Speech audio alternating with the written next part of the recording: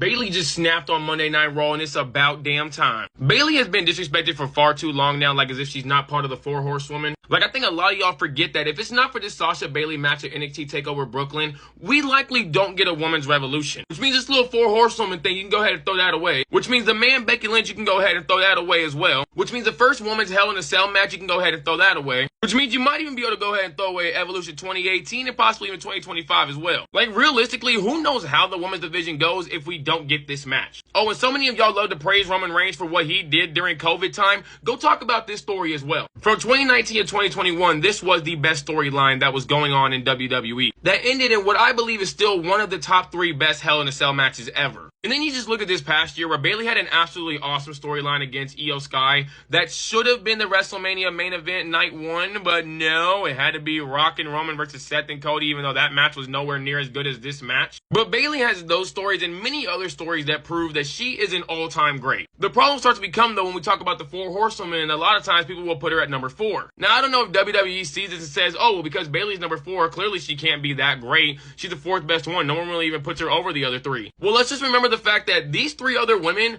are arguably the 3 greatest women wrestlers of all time. Like, there is a very valid argument that if they're not top 3, they're all at least in that top 5, most likely all in the top 10. So we're talking about Bayley is behind 3 other women who are easily in that top 10. But let's also be real. Bayley could easily get into that top 10 too. Like, whatever argument you make for any other woman being in that top 10, I feel like Bayley can go bar for bar with them. And I know somebody's going to say, but guys, she was given a WrestleMania win over Io Sky and was given the world title. What do you mean she just disrespected? The world title reign was not treated properly at all in the slightest. When she went on to lose it to Nia Jax, they had one promo against each other heading into SummerSlam. By the way, they had more promos against each other heading into Bad Blood than they did going into SummerSlam, which is crazy to think about. Like, she could have just easily kept feuding with Io Sky, but no, for some reason they want to move him over to Monday Night Raw.